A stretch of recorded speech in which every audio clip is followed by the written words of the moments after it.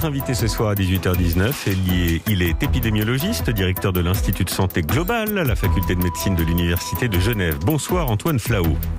Bonsoir. Merci infiniment d'être en direct avec nous alors que Jean Castex énumère les nouvelles mesures sanitaires qui vont toucher les Français pour les 3 semaines à venir. On a, c'est vrai, beaucoup de questions à vous poser ce soir. D'abord, question simple, Monsieur Flahault. Comment se fait-il que le niveau de contamination ne baisse plus? Est-ce que c'est la réouverture des commerces? Est-ce que c'est la conséquence d'un relâchement général? Comment vous l'expliquez ce plateau sur lequel on est accroché en ce moment? Alors d'abord, ce plateau, on l'observe un peu partout en Europe. Alors, il y a l'Irlande, qui est peut-être le champion de tous les pays de l'Union européenne, parce que vraiment, elle a réussi à arriver dans sa zone de sécurité, mais tous les autres pays sont plus ou moins à l'arrêt. Alors l'Italie continue à descendre, la Belgique également, mais la France, en effet, est vraiment à l'arrêt aujourd'hui. Pourquoi tous les pays européens, à cette période-là, ont freiné dans leur descente? Il y a plusieurs explications possibles. Oui. On entre dans l'hiver, et peut-être que la pression sur le virus, sur les virus respiratoires de façon générale, peut jouer un certain rôle. La température, le froid, ça joue aussi ? Alors, en fait, l'hiver, c'est le froid et l'humidité, vous avez raison, mais c'est aussi des comportements qui changent. On ferme beaucoup plus nos habitats, on ventile moins, et donc on est dans des univers peut-être un peu plus confinés, moins ventilés, donc et ça peut favoriser la propagation. C'est pas tant lié aux températures qu'au comportement qui accompagne cette baisse de température, si je vous suis bien, Antoine Flahault. Oui, c'est pas totalement élucidé, y compris pour des virus comme celui de la grippe. Donc c'est plutôt des hypothèses, mais on pense que c'est une combinaison des deux, de la température, de l'humidité, mais aussi sans doute de nos comportements qui changent pendant l'hiver par rapport à l'été.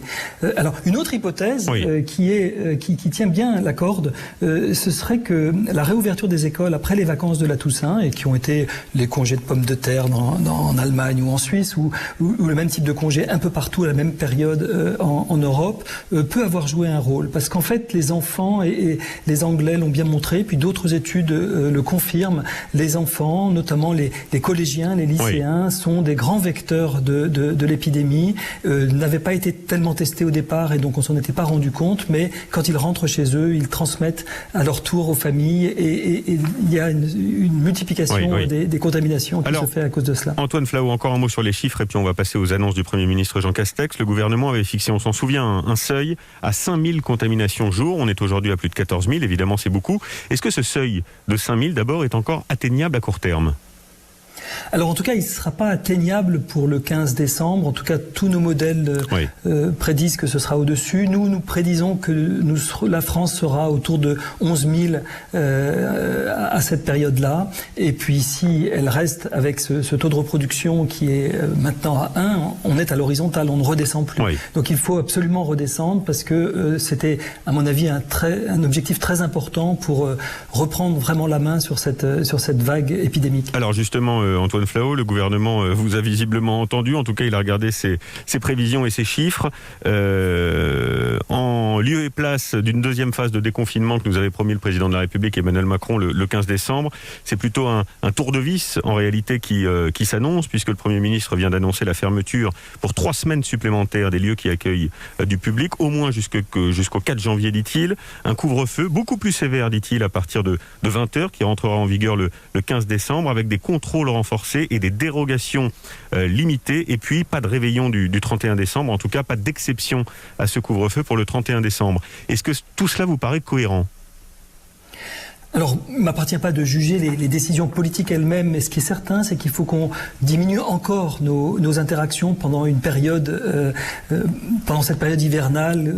Et il faut vraiment qu'on reprenne le contrôle. Il faut qu'on diminue, et la diminution de nos interactions, c'est la façon de le faire. Bien. Il est vrai que le 31 décembre est un peu inquiétant, parce que c'est justement une semaine après les fêtes de Noël, et toutes les personnes qui s'infecteront potentiellement malgré tout le brassage familial risque de contaminer des personnes au moment du 31 décembre. Donc c'est vraiment pas très agréable comme annonce, mais je pense que c'est clair. Mais c'est judicieux, c'est cohérent par rapport aux prévisions. Bien.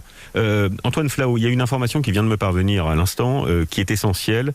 Avis à tous les gens qui nous écoutent, ça concerne beaucoup de gens. C'était l'une des grandes questions. Le Premier ministre confirme donc que nous aurons le droit de nous déplacer partout en France à partir du 15 décembre.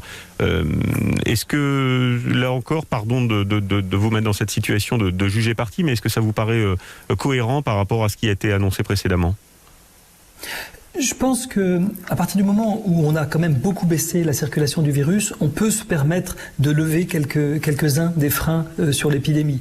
Il faut savoir que si on lève les freins, le risque évidemment c'est que ça redémarre. Oui. Les vacances de Noël vont apporter un intérêt important contre la circulation du virus, parce que les enfants à l'école, comme je l'ai dit au tout début, sont des propagateurs de l'épidémie. Donc mettre les enfants en vacances, fermer les écoles quelque part, a un effet très puissant, un frein très puissant. C'est intéressant ce que vous dites, Antoine Flahault, parce que vous êtes en train de dire, nous, on voit le verre à moitié vide, on se dit on va laisser les gens circuler, donc ça va faire de la mobilité, ça va faire des rassemblements dans les gares, dans les trains, peut-être dans des endroits à l'extérieur, certes, mais quand même, les gens vont se rencontrer. Et vous dites à l'inverse, la contrepartie, c'est que les écoles vont fermer.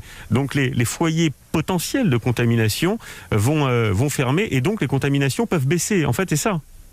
Oui, je pense que ça va avoir un frein très puissant, beaucoup plus puissant qu'on peut même l'imaginer. On a pu le démontrer très clairement sur beaucoup d'épidémies de grippe, et ce sera probablement la même chose aujourd'hui pour ces épidémies de coronavirus. Donc la circulation, il va falloir faire très attention, et il va falloir, je pense, redoubler d'attention et véritablement limiter au maximum nos interactions. Mais je crois que tous les Français l'ont bien compris, et que les gens vont vouloir absolument protéger leurs aïeux notamment, et les personnes à risque, mais cette fermeture des écoles devrait avoir un effet très puissant contre cette épidémie.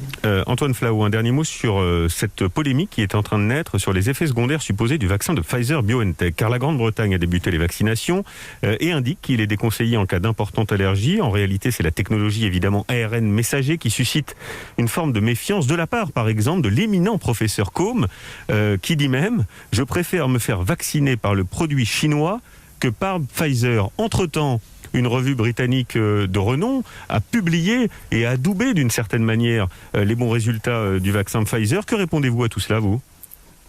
Bon, je suis assez heureux qu'on puisse avoir ce type de débat. Ça prouve c'est des débats de riches. Vous vous rendez compte, après quelques mois, on a plusieurs vaccins sur l'étagère et on peut se permettre de dire je préférerais celui-là que celui-ci. C'est une très grande chance que nous avons. Donc oui, je pense qu'on peut entendre que des gens puissent avoir des réticences. Bon, je pense que les gens très à risque, les gens très âgés, auront moins de réticences vis-à-vis des effets indésirables à long terme quant aux deux effets indésirables d'allergies graves qui ont été rapportés. D'abord, il faut bien voir que sur 30 000, il y a eu 70 000 personnes qui ont eu dans les essais cliniques des vaccins.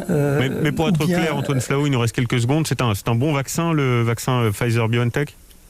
C'est un bon vaccin en termes d'efficacité, ça c'est très clair, il est très efficace. Pour les effets indésirables à long terme, il va falloir du long terme, donc on le saura évidemment avec un peu plus de recul. Et c'est vrai que pour l'instant, il reste des inconnus sur la sécurité à long terme de ce vaccin. Message entendu. Merci infiniment Antoine Flahault d'avoir commenté et nous avoir donné quelques lueurs d'espoir pour les semaines qui viennent. Merci à vous.